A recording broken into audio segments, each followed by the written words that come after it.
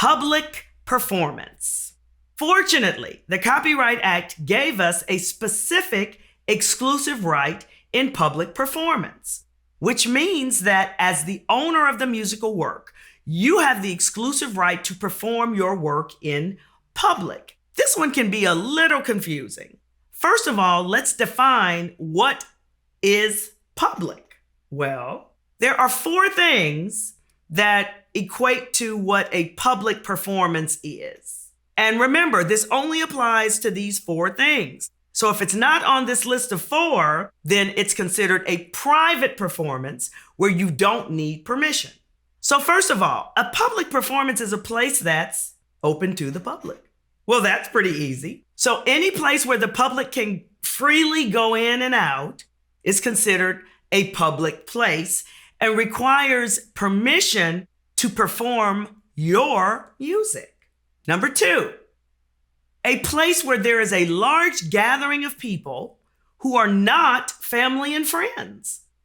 So that means that if you're at a backyard barbecue or a wedding, you wouldn't need permission to perform music. But if you're any place else where there's a large gathering of people who are not related, you would need permission to perform music at that location. Third is any place where music is being transmitted. I'm going to combine that with number 4, any music transmitted by a device. So let's say it's a radio, right? And the radio is being performed or played in the park. The park is a place where music is being transmitted. The radio is transmission by device. Either of those equals a public place. So if it's a place open to the public, that's easy. A place where there's a large gathering of people who are not family or friends. A place where music is being transmitted or where music is being transmitted by device. They all qualify as public places. And if your music is being performed in a public place, it requires a license. Well, where do you get the license from? Let me back up first. Every songwriter has to be a member of what we call a PRO, a performance rights organization. That's because PROs are the only entities that are allowed to collect public performance royalties for songwriters. So if you're not a member of one, there's no way for you to get your money. So make sure if you're a songwriter, you're signed up with a PRO. Every songwriter in the country is signed up with a PRO, especially in the United States where there are multiple PROs. You get to choose whichever one works best for you. They're all somewhat comparable, but they also have things that differ. Some of the things they offer, some of the opportunities they make available to you, maybe some of their services. So it's up to you to do your homework as to which PRO works best for you. Once you sign up with a PRO, that PRO will be issuing what we call blanket licenses. Let me give you an example. I run a coffee shop and I would like to play music for my customers at my coffee shop.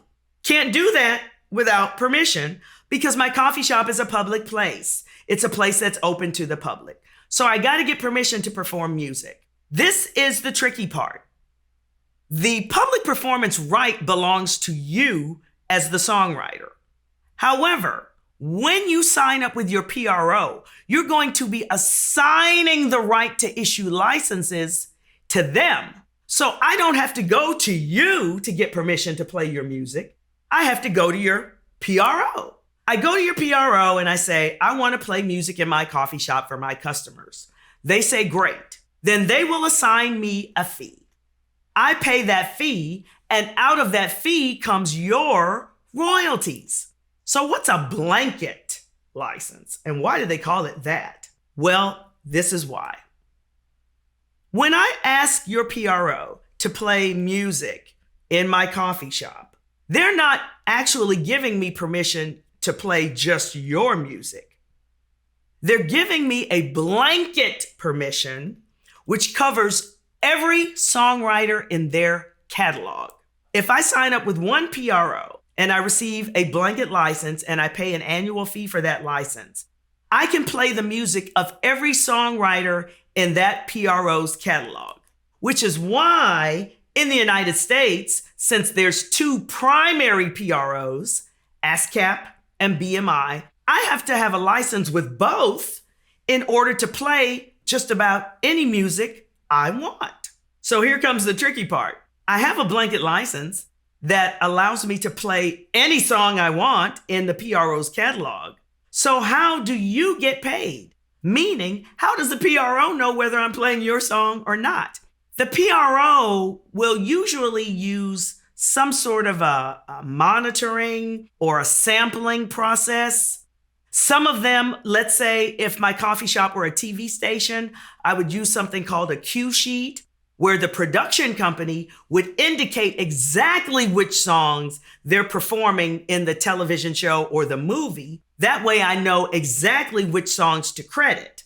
When music is being performed on the radio, generally a PRO will do a sampling of the playlist of the various radio stations in a region of the country and apply that sampling to the entire country. It's really hard to determine, especially for us who are not in that business. But for those who are working for PROs, they have a formula that determines whether or not your music is being performed, and their payments, the difference between one PRO and the next, are pretty comparable. The more popular you are and the more often your music is being performed, the more money you make. Which reminds me, don't forget, if you're performing live, be sure to let your PRO know. Most of them have services that apply to live performance. And of course, they can't track every single venue in the country unless you inform them that your music is being performed live at a particular venue.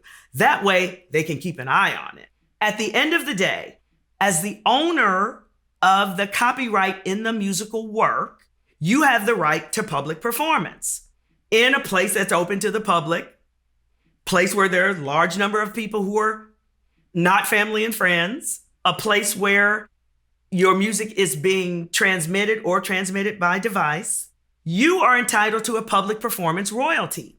And the way that royalty is generated comes from your PRO. So at a minimum, you must be signed up with a PRO so that they can issue those blanket licenses to live performance venues, coffee shops, movies, TV shows, radio stations, elevators, supermarkets, you name it, so that they can collect the money that's owed to you.